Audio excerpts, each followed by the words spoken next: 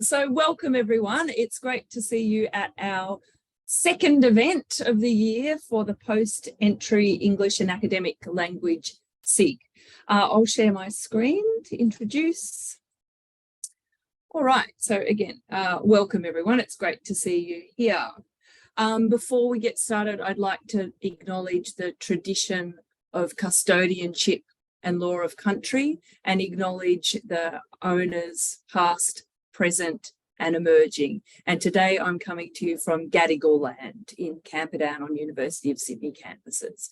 If you like, would you like to put in the chat the lands where you're coming from today? That'd be great. Okay, so just an overview of our activities this year. We had session 1, which was all about using AI tools in the PEAL space. Session 2 today, Transition Pedagogies, Theory and Practice in the PEAL space. And we're really excited to have 2 guest presenters for you today, but I won't spoil the surprise at the moment. I'll hand over to John to introduce them in a minute. Before we jump into that, I'd just like to highlight session 3, which is the upcoming session, which is a session, a pre-conference workshop at the English Australia conference. And this will be a face-to-face session, which we're really excited about, with some food as well, which is even more exciting. What I'd like to highlight to members and participants today is we're calling for expressions of interest. Sorry, there's too much text on this slide, but I wanted to give you all the details. So we've got the date here. It's Wednesday, the 30th of August. As I said, pre-conference workshop for the English Australia conference. We're looking at a session that aims to explore what PEAL practitioners are doing in this space and to have a chance to learn from colleagues across the industry, the sector, and to have a chance to hear a range of different practices, and then also to have a chance to ask questions and discuss more about some of these innovations we're hearing about. We'd like to invite you to present, to submit an abstract to present, and you can see in purple here if you are interested in presenting a lightning talk. Can you submit an expression of interest by the 10th of July? And we'll get back to you by the end of July, letting you know if you've been successful, etc. We've got some examples of things you might like to talk about. So examples of innovative practice, strategies for building relationships and working with academics in the university, different ways that you might be embedding support into the curriculum, working with students one-on-one, particularly on discipline-specific language questions. Again, then online learning tools for, again, discipline-specific language support, different strategies for developing resources, and then also, again, hot topic, how you might use AI for looking at generating discipline-specific language support and resources as well. So we're really keen to have you involved. So if you're interested, please submit an abstract to present at the pre-conference workshop. And if you want any more information, please feel free to contact English Australia. There's been an email go out to participants calling for abstracts, but if you need more information, please contact Sophie or the EA Secretariat. All right, moving on, I'll hand over to John now. So thank you very much, John. Thanks, Kat. So today's webinar will be on the topic of transition pedagogies, which refer to the strategies, techniques, and approaches employed to facilitate students' transition into their first-year experience in higher education. I suspect that many of you, like me, are relatively new to transition pedagogies as a learning and teaching practice. However, as we listen to today's webinar, I think that you'll find there is a significant amount of overlap between transition pedagogies and the PEAL space. And I think there's much that we can learn from the very interesting work that has been done in this area. And on that, we're lucky to have with us today 2 presenters who have been doing a lot of that interesting work. Dr. Kathy Egea is the first and further year experience program coordinator and a senior lecturer in the curriculum and teaching team at the University of Technology, Sydney. The first and further year experience program has won national recognition through an Office of Learning and Teaching citation in 2016 and was a finalist for the 2021 CULT Global Good Practice Award. Joining Dr. Egea is Dr. Yvonne Davila, a senior lecturer in higher education learning design and environmental sciences in the Faculty of Science, also at University of Technology, Sydney.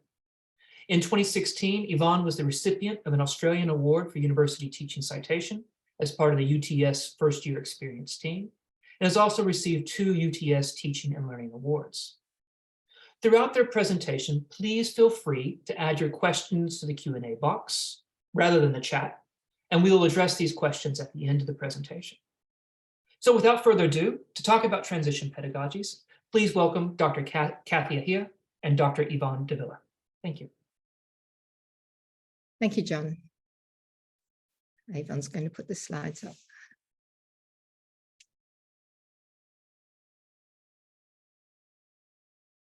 So as John said, I'm Kathy Egea, Dr. Kathy Egea, and I'm working with Yvonne. And we've chosen the topic of transition pedagogy, a framework for inclusive curriculum practice. We think this matches your needs. And I think from the examples we'll show you, there will be examples that you can take away in your practice. So before I start, I'd like to acknowledge the Indigenous people. On to the next slide.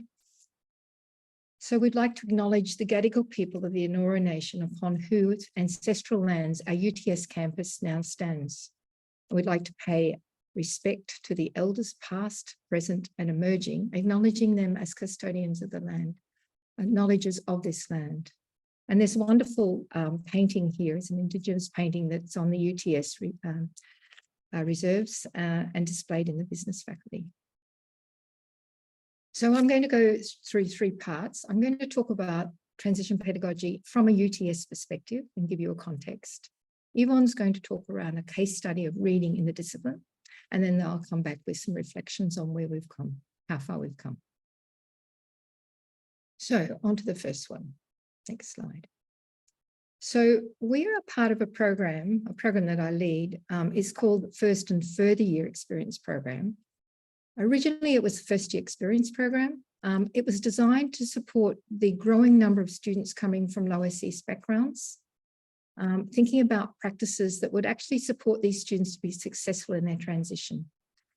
And the good practice that comes through transition pedagogy actually supports all the students.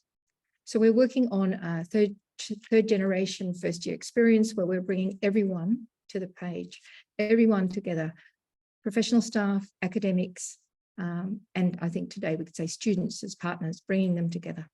And then looking not just at transition in, but transition out, so the future self sits there.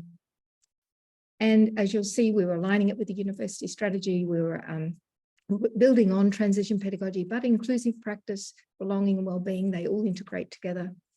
We use communities of practice and distributive leadership. And the next image will show our framework. Back in probably 2012, we got together and we designed something that will actually, I think, fit still today. Students are at the center. Students, that they belong and their identity, that's critical. And the things that make a difference to them is the classroom practice, the curriculum, the people they connect with, and the university technology systems. And so making sure that all those pieces tie together. And our program is about integrating that. And particularly today, we're looking at the curriculum practice. On to the next slide. So we've taken transition pedagogy from Sally Kift and previously Karen Nelson from QUT. Sally Kift got an OLT learning fellowship where she developed curriculum principles. And she framed the principles around 6 areas that help academics and professional staff, but from my work, for academics to think about what it is to understand the student experience in their learning, in their transition. So there were 6 principles: the transition principle, coming in, scaffolding, making sure that they understand what's happening, making it explicit, the diversity, coming into the university, from whatever background, that you feel welcome, that you fit, and the background matches. We're not putting expectations, we're building from where you are. The design principle, where we're actually intentionally designing the whole first year curriculum, the whole first year classroom practice. The engagement principle, academics tend to think engagement's engagement with content, but it's more than that. It's engagement with peers and engagement with teachers. The teacher is critical in the learning, but peers are also very important. And we address as well engagement with the university. The assessment principle from the student experience perspective is, how do I do this assessment properly? How do I know I'm doing it properly? How do I understand the feedback? And so I'll go into that a bit more deeply. And the final point, principle, which is very important, is this evaluation and monitoring. Students evaluating and academics evaluating their practice, but academics monitoring student success. But I would suggest we have the students monitoring their success too. On to the next slide. So I'm going to go through each of these principles in a little bit more detail with some examples. But before I do that, I'll talk about how I get these examples. We offer academics small amounts of money, we call them mini grants, $4,000, to try to address a problem that they may have, that they've identified in their subject. It was in the first year subjects, now it's in first and later year subjects. That transition pedagogy principles could be applied, one or more of those principles, and it needs to align with the university's strategic initiative.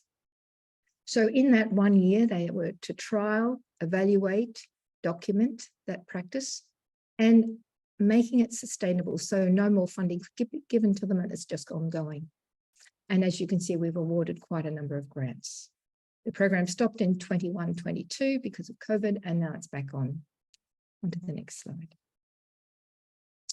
So each of these principles, as I said, it's a UTS perspective. Sally Kift has a website called Transition Pedagogy, and she's got broad brush approaches. We've tried to pick it out so that it fits our teachers in our classrooms.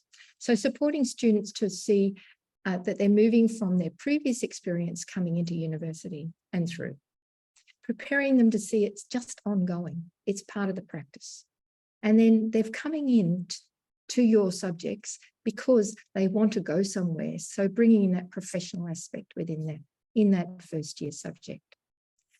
So the case study I picked up was the bits of belonging cards that came out of the Faculty of Science, where the academics were researching what students and teachers thought about what is it that students belong. And so they've developed these cards to help, and that was introducing yourself, peer introduction, and online. And the next slide will just quickly show us some examples. And you'll see the cards.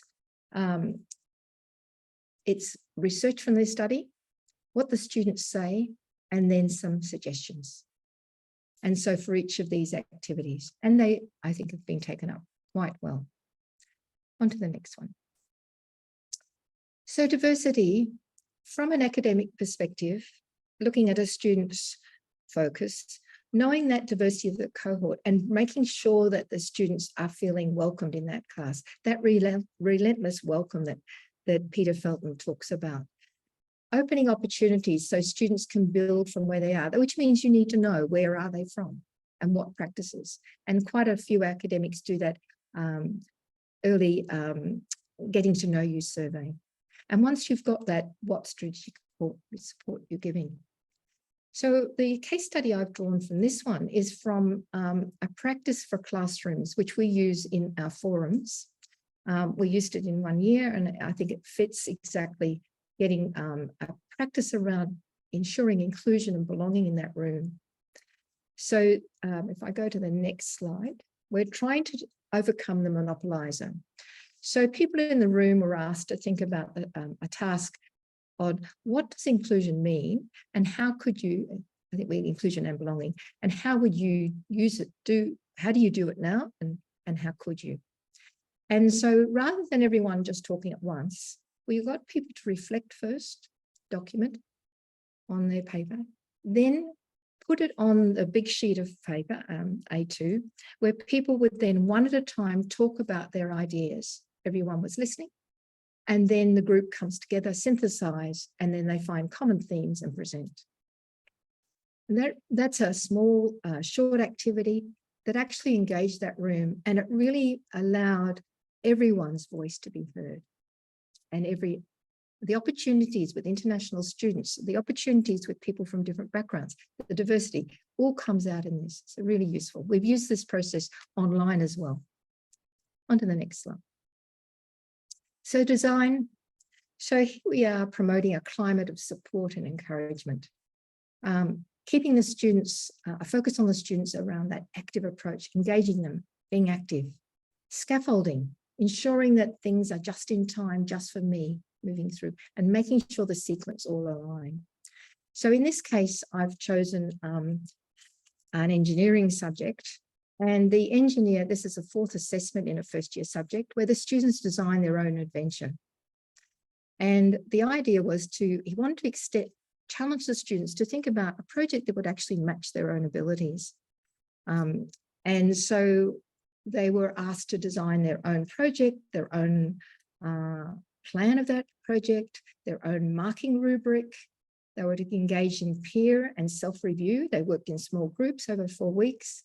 And then finally, in their final report, they drew back on that information. And he had 300 students in the subject last year. Next slide. The next slide shows the day that the students were presenting their projects. And on the left, there's a series of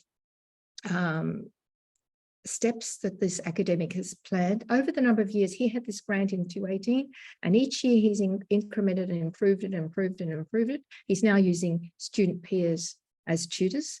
But this one was very structured, and that's the key to manage that scaffold learning.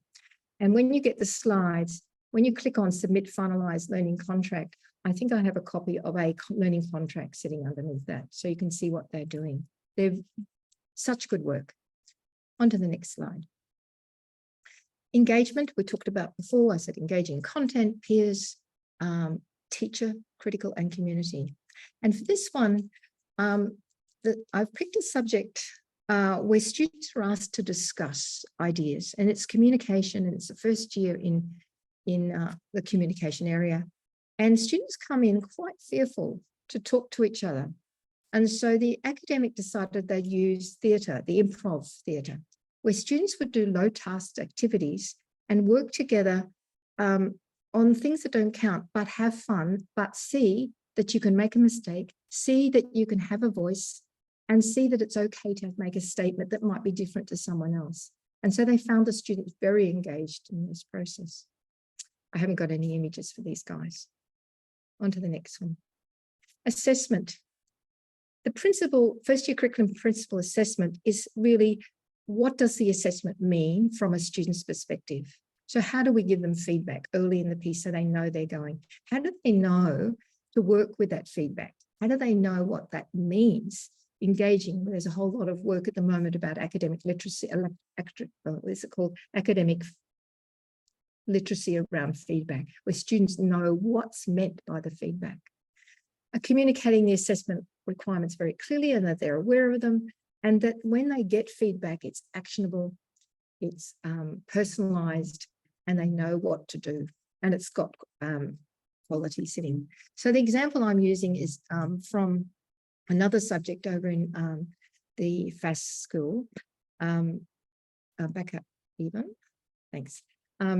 This one is looking at the challenge this academic had. The students come in, they've got very high ATARs, but they don't manage the first assessment, and she couldn't work out why. So we started to look at Chris Ross stuff and started to look at how do we give students feedback.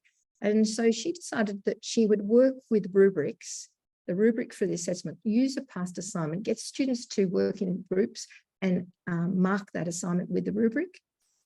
So students could then get an understanding of what that meant. Then she got them to put in draft assignments, and the peers came back, reviewed and marked it with the rubric. And then finally the individuals submitted their assignment. So they had a lot of means of getting feedback. They've got peer engagement, and they could see if they're on track.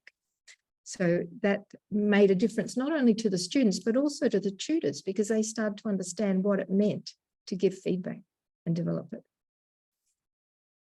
On to the next one. The last principle is the monitoring and evaluation. And so as a higher ed standard says, we need to monitor students at risk.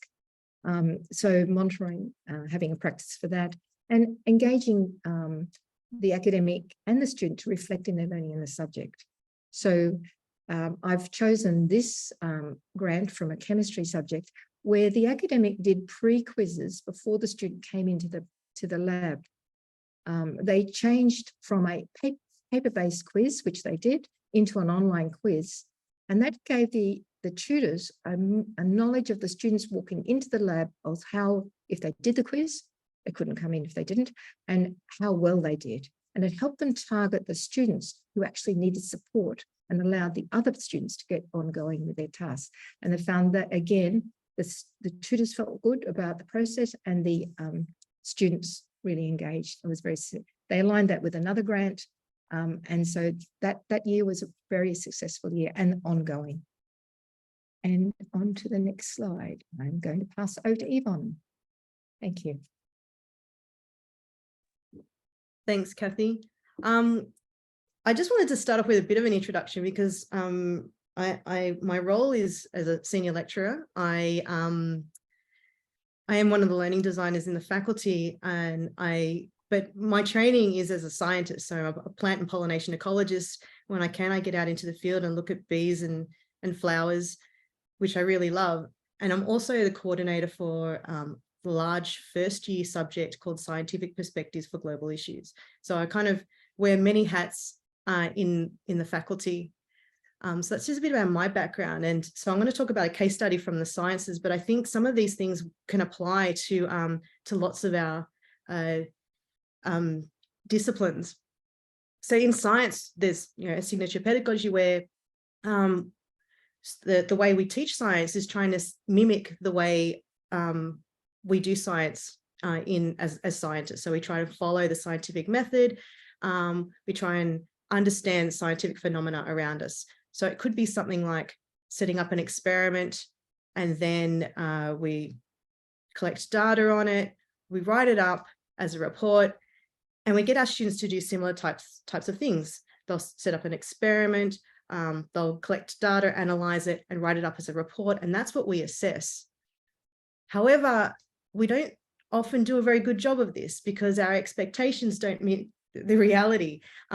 We're really good at giving students instruction on how to use the lab equipment, the techniques, and how to conduct the experiments. And then we give them a little bit of instruction on how to do the data analysis. But then often we'll say, now off you go and write it up as a scientific report that looks like what we see in a journal article. And we give very little instruction on that. But that's the part that we assess. We didn't assess the other parts. And that report carries a lot of weighting.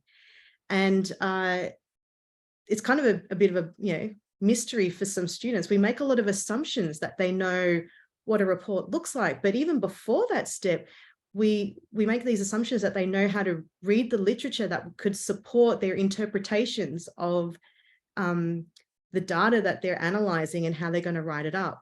So that's where my work with Neela Griffiths, who was my colleague on working on this particular project, came in.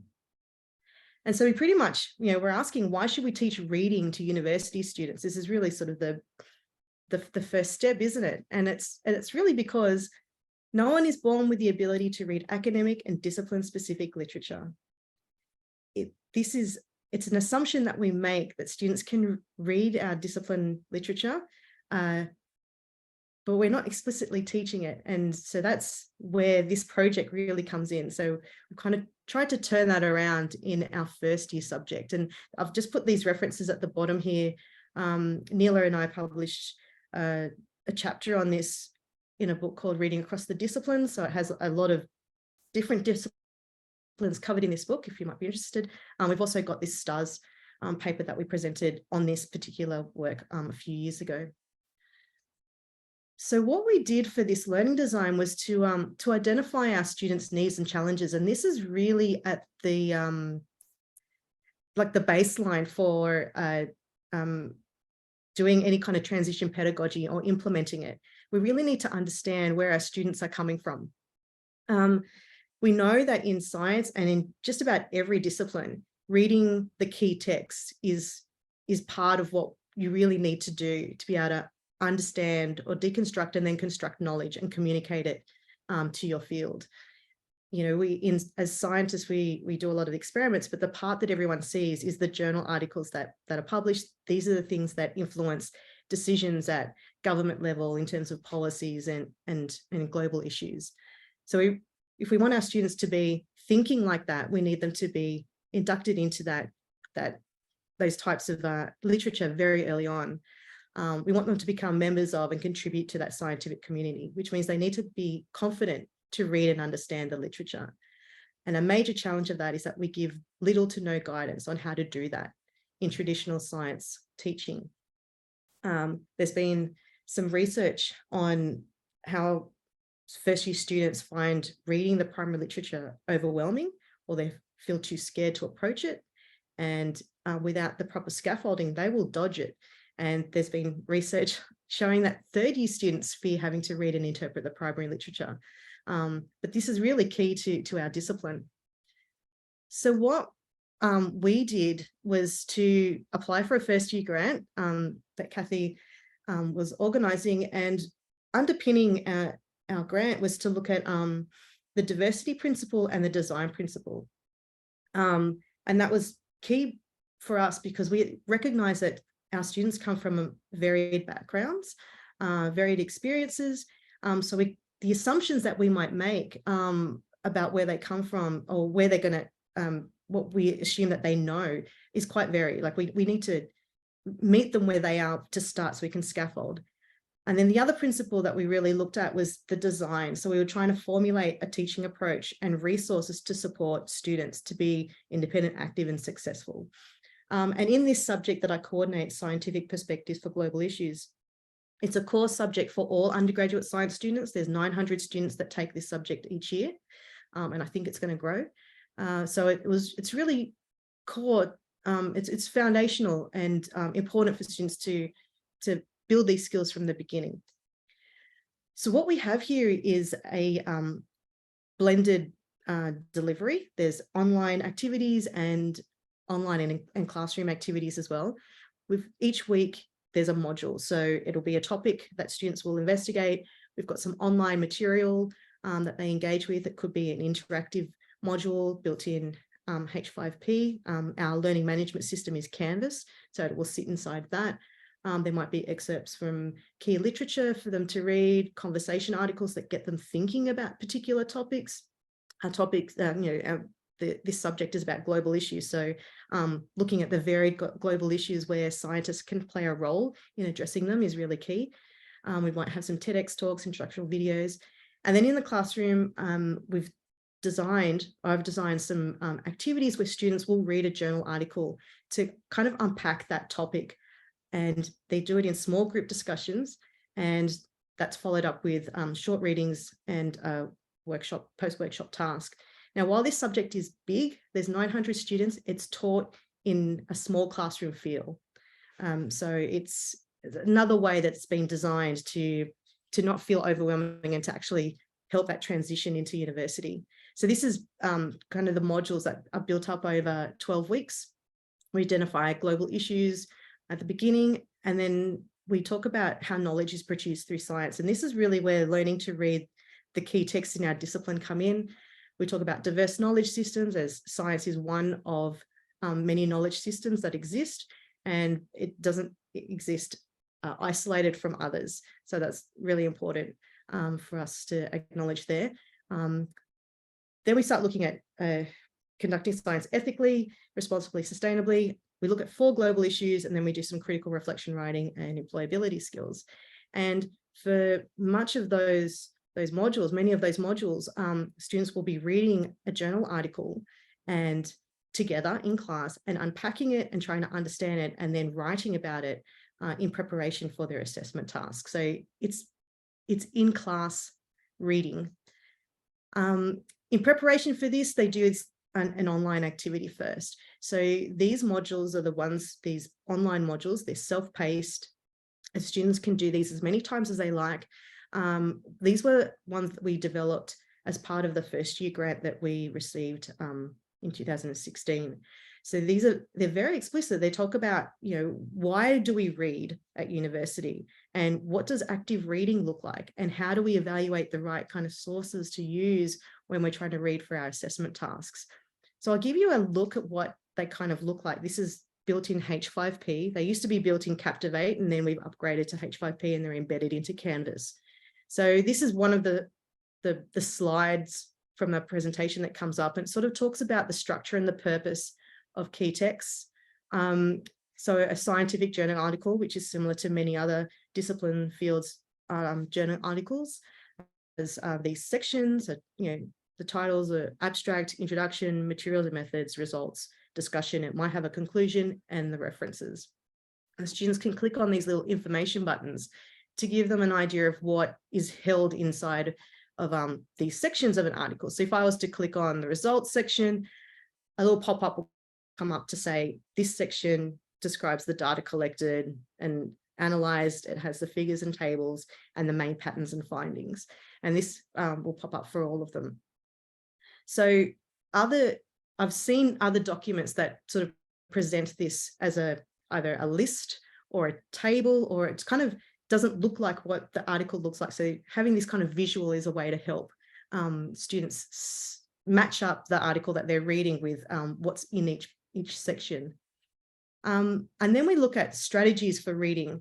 So again, we've got each of these sections. If we click on the information button, for example, the results again, these are some strategies for students if they were to read this section, like what questions are they asking as they're reading this section? So they're actively reading as opposed to just reading the words or looking at the figures and the tables and not really trying to engage with what that material is.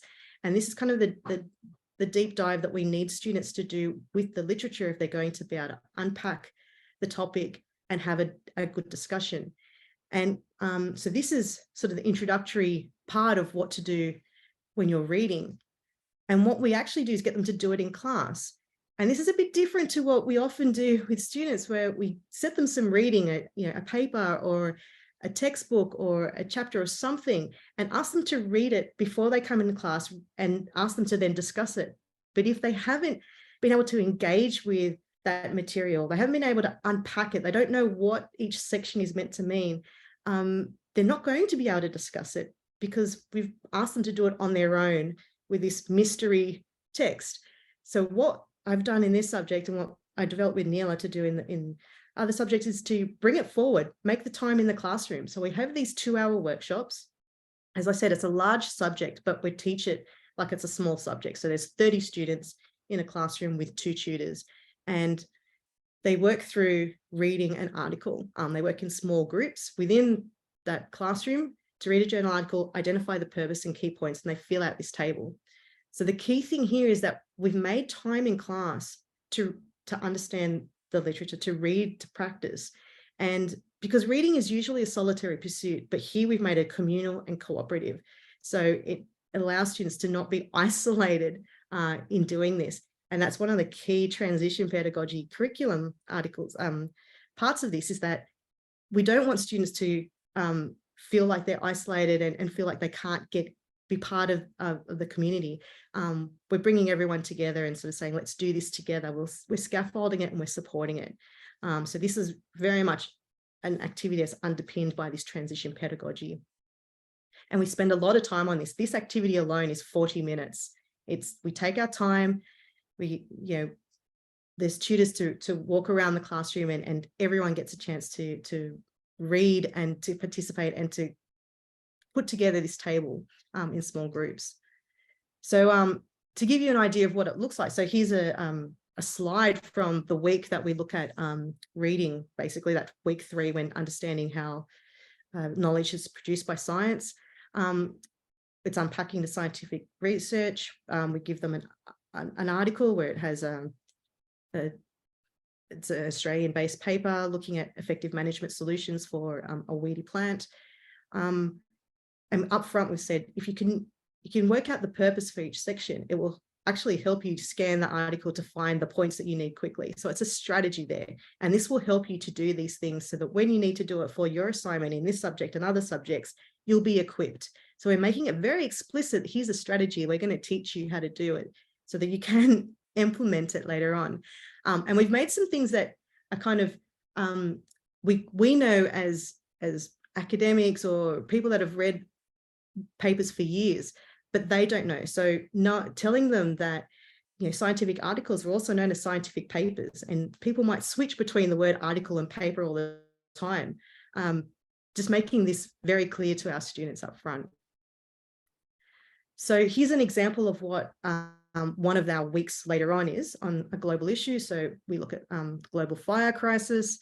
At any one time in the world, something is on fire. So it resonates for a lot of people, not only from that, but because most recently we've had the Black Summer fires, and there's some literature out there. So instead of me presenting lecture slides on the global fire crisis or summarizing the information that's just come out of papers and presenting it as a lecture, the students actually get to investigate this for themselves. There's some questions that I asked in the workshop, in the worksheets to scaffold their learning, but they're doing this as a sort of a peer learning co-creation of knowledge activity. So they get to support each other and connect with the material themselves rather than passively listening to somebody else present it. So there are actually in this workshop 3 articles that they need to look at. There's one that's a science focus article. So this is one that was as a specific example of something to do with the global issue. And then we've got these other 2 supporting articles, which are on the left. The Nolan article on the Australian Black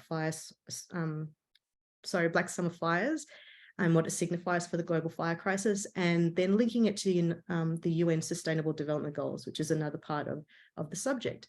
So they're getting quite a broad exposure to a lot of different articles that will give them up-to-date information that won't be in textbooks just yet, and they get to read it as a group. And the strategy we have for this one is to use a jigsaw strategy, which some of you might be familiar with. So we've got these home groups and expert groups, and within that classroom of 30 students, they usually sit at a pod that has about 4 or 5 students. So that's their home group. They usually go to the same class because same group because they make friends in that group in the first week and they stick with them. And then what we do is split them up and give them an expert group to be part of that will investigate a particular question around that global issue.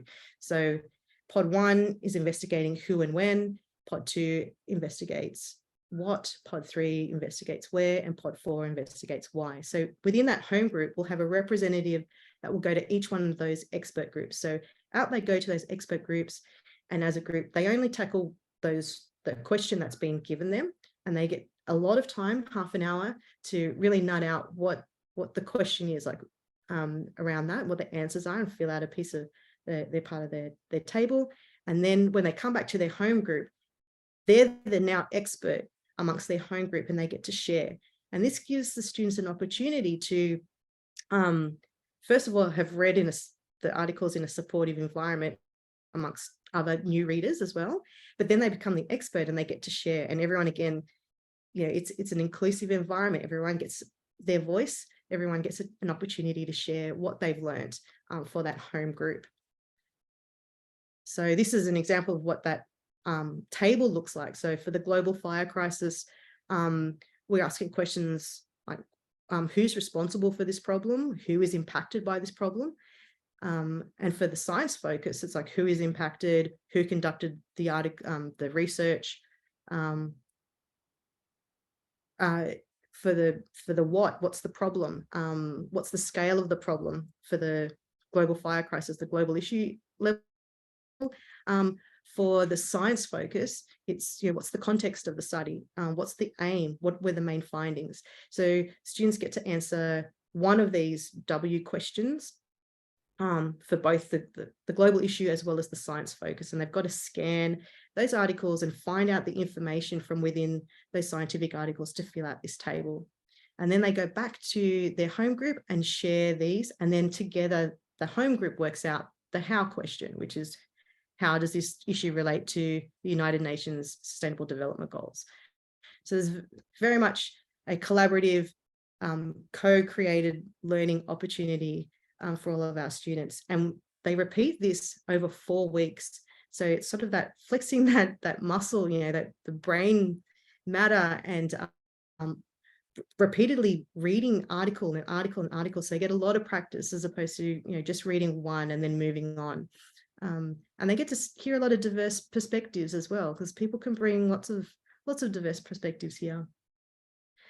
And then as a follow-up, we've got these post-workshop tasks. So an example, again, from the same week is for them to build on what they learnt in the workshop and their understanding, and then develop some academic writing around being able to write that sort of concisely and clearly. So they were asked to outline 2 actions or recommendations for mitigating the risks with the global fire crisis. And they should have been able to get that from the workshop and some of their post-workshop reading as well.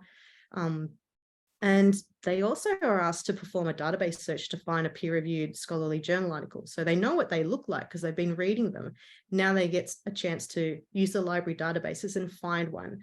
And then these are marked and given back, and some feedback given. So we're scaffolding these kind of skills that we expect them to be able to do in a final report, writing up in a scientific journal article later on, but they're kind of pulled out and made quite explicit, and they get practice on this throughout. So the students' experience around this has been really positive. So these are some quotes from our end of semester evaluation or unit evaluation or student feedback survey. There's lots of words for them. And what we've found here is that the students really responded to being given the chance to gradually develop their skills, to break down the workload in those jigsaw groups. So here we're building the capability of the students. It's very much part of those transition pedagogies.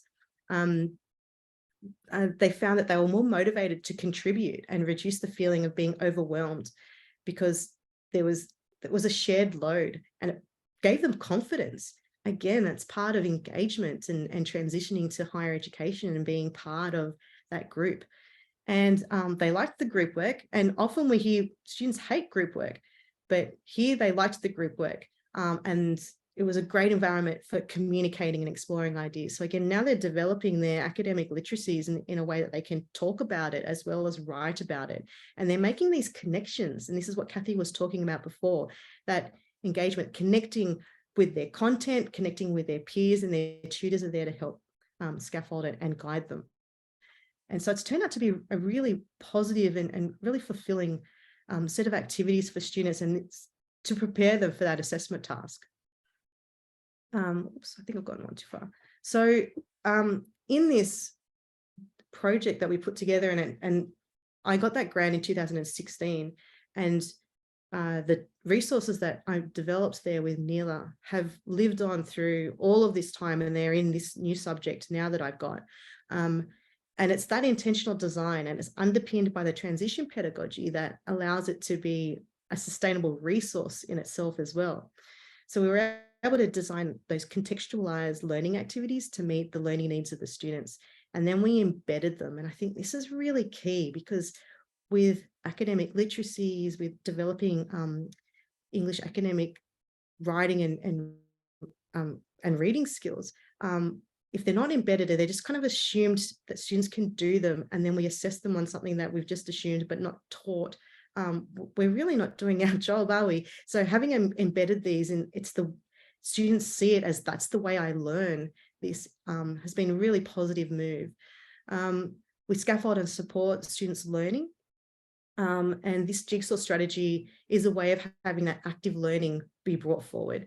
We made the teaching materials explicit and visible. So not only do we have this for the students, but my tutors know that this is a really important thing to do, that we're working together to make that environment that supports our students in their transition into first year and then beyond first year, and making it an inclusive and accessible teaching approach. So this is encouraging students to participate and to to be part of a cooperative, to fill out those tables, to talk about the research articles that we've got. I do need to acknowledge Neela for all of her help.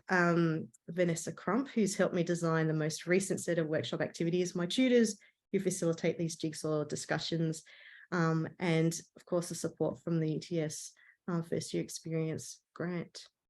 So I'll hand back over to Kathy. Yes, and so I'll just move on to the next slide because it's going to show Yvonne's influence. These are all the grants Yvonne and Neela have been involved in. So not only did it, like Yvonne's talking about one that was in 2015, but she'd already been in one looking at academic integrity. And each one of these working with different academics across in different subjects.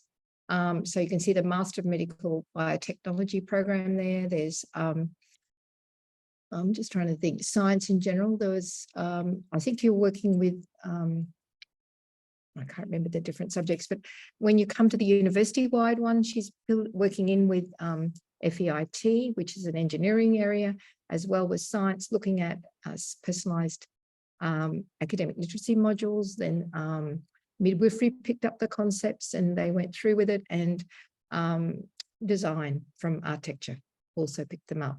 So she's been very influential in this work. And so I showed that to my team. They were very impressed. The team, the people I work with, at UTS, we have quite a new range of people who haven't been part of this world of the grants. And so it's so good to see that I can capture that and show the wonderful work that Yvonne's done. I think we've only got 10 minutes left, but I'll just quickly show this slide as some of the practices. If I took some of those grants, I could probably put them in these 4 categories: development of their personal development skills, learning how to learn, being part of that agency of being an independent student, the academic skill development, people really thinking not just in Yvonne's area, but across a range of disciplines where people are looking at the critical thinking or academic literacy or gamification of problems, getting them actually engaged in stuff. Certainly that career development, knowing how things fit and where it's taking them to make sure that they're in the right place. And the graduate attributes fit quite strongly at UTS and helping the students become successful graduates. And so it fits in with that. What we've found, the scaffolding transition actually supports the students and the tutors. The tutors helping them understand how to learn, because we don't have specific teacher training for tutors. This is a really good way of getting things happening. And it also supports the academics who also don't have any background other than their own learning and career development and professional practice. So for them, many of the grant holders have moved through progression in careers, got national awards as well. Yvonne's got a national award for some of this work too. So yes, and how we do it, we try to get everybody's thinking about transition as everybody's business. We bring people together from the professional staff, the academic staff. We have forums where the practice is shared and there's collaborations and networking, and they're very engaging. We have an active team site, it's got 900 people in it, and there's a lot of sharing what's happening around the grants and partnerships. Critical in all this work is the partnerships. And Yvonne had a partnership with Neela from the Academic Language and Learning team. Those sort of grants are the most successful because they know the importance of embedding, not just adding on top, which is what the early grants used to think about. And thank you, our reference list.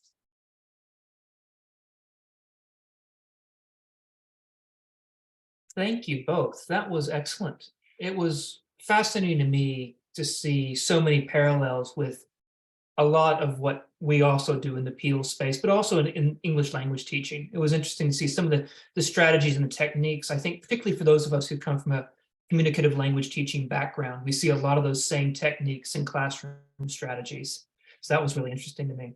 I've also got this quote here from Yvonne, and I really want to use this somewhere in my next paper, but she says, at any given time, something in the world is on fire. I've really got to use that in my next conclusion somewhere. I think that's just a fantastic quote. We do have a few questions in the Q&A, and I think we've got just enough time to get to them. David, going right back, I think this is going back to Yvonne and looking at the 6 principles. sorry, no, that was Kathy looking at the 6 principles. And David asks, how does students designing their own rubrics work? I think I might be doing a little bit of interpretation, David, but I think what he might be getting at is how did you implement it? How did you implement it and how did it go? I've just pulled up one, the link that you've got. This is an international student. The academic has given a template. The students propose a problem. They work with a tutor, see if it's doable in 4 weeks, and then they start planning and writing. So they're given structure. What are the learning objectives they're planning to do? What resources will they need? What deliverables? And then the assessment criteria. They write that down. They put a draft in. The tutor and the peers, all the peers see each other's. So there's groups of 10. They all see each other's and they give feedback. And so, so that was that part, and then that's just finished. So it all finishes on one page. So they needed to know, they had to use certain Adano, they had to use that. It's something to do with the mechatronics, the technology. So they had to do programming within the project. They had to describe what they were about. And then they looked at how they were going to pass. The power in it is that students are assessing what they can achieve. They get feedback. The tutors are saying to them, okay, that's doable, that's not doable. The peers are also saying that. When it comes to the day where they present, the peers mark, they get the same mark sheet. So I'm just going to pull up another page. I think I've got it here.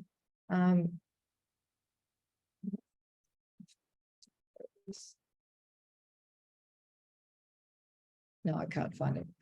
I thought I had it sitting there. Anyway, I'll see if the students have to do a video. Everyone in the tutorial groups can see each other's mark sheet, and everyone can see, or their contract, and everyone can see the video before they come to the class. Then they mark. And what the academic has found, that the tutors mark and the students and the peers mark actually align. He doesn't use the tutors, he doesn't use the students and peer mark in the assessment. He uses the tutors, but he did do a comparison. And so he was really pleased that they were on tap. And it was that constant working together. So yes, I think it's quite a novel way of working, personalized learning, and he's developed. Yeah, sorry, probably talked a bit long. That's okay. Another one from David, and this is going to what Yvonne was talking about with the science students. And David writes, at what stage would they be expected to be able to read primary literature?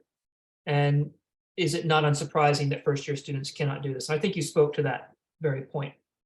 Yeah, it's probably not unsurprising that most of our students can't read the primary literature, but it is assumed that they can, because many of our first-year subjects, they're more disciplinary based, and so they'll do exactly the thing with what that scientists do. Will set up an experiment, and the assessment task is writing up that experiment as a scientific report with references. So there is this underlying assumption that students know what the reference looks like, how to get the information out of it, to write an introduction, to relate their results to a discussion. So, but no one usually teaches them how to do it. So it was on me and Neela to put it in our first year course, our first year subject, and it scaffolded the students really nicely for the other subjects to be able to do that. And can I just say that, because my job is looking at data as well, the work that Yvonne's done, it's really reflecting right across in student success in that faculty. And the first year students are staying in, they're going on to second year. You know, that first year is the big time when retention is the issue. And they're confident. And so now the grant that's coming into that faculty is second year, but not around this part. But I think it could draw on it. One of the problems with new changes with people don't know what other people have done, and so it's got to work out a communication strategy there. All right, the last question comes from Caroline. She says, what differences in learning, engagement, and participation have you found between recent year 12 graduates and those who've been out of high school for a few years? And I'd like to add to that also international students. What sorts of differences do you see in the learning and engagement participation with international students compared to domestic students? In my subject, I think this talks to that diversity curriculum principle, because people have had different experiences of learning, or it's been a long time ago, or they're different. There are massive differences. So some students have expected everything to be there in front of them, and they just absorb it somehow, or it's scaffolded in a different way, or they compare to their most recent learning experience if they've been out of high school for a few years, where there was a textbook.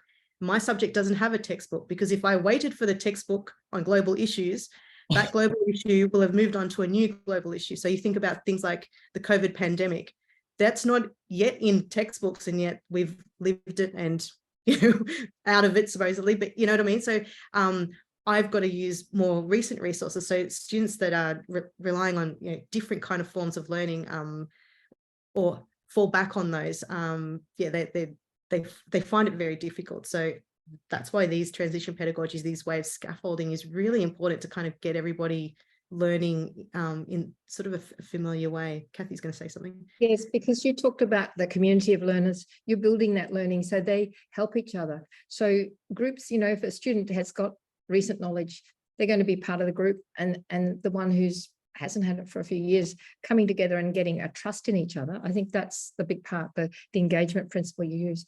You develop all the principles, actually, even though Yvonne just talked about 2, she's actually doing all of them. And providing strategies, I don't want to make it a mystery. Like, let's give our students the strategies for success, and not sort of hold them back and kind of say, well, if you can jump the magical hurdle that's here, then you deserve to go through. It shouldn't work like that. We're making it explicit. We're giving them strategies for success. Yes, that's bottom line to the transition pedagogy. And I think that's as good of a line to finish on as any, giving them strategies for success. Oh, excellent. Thank you both for a wonderful presentation.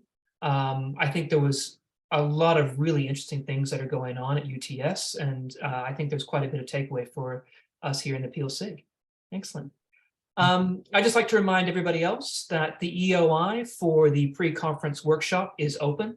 And if you have any questions about that, you can talk to any of us from the PEAL SIG, or Sophie as well. Looking forward to seeing everybody as soon as at the conference if you're there. But thank you for today, and thank you guys.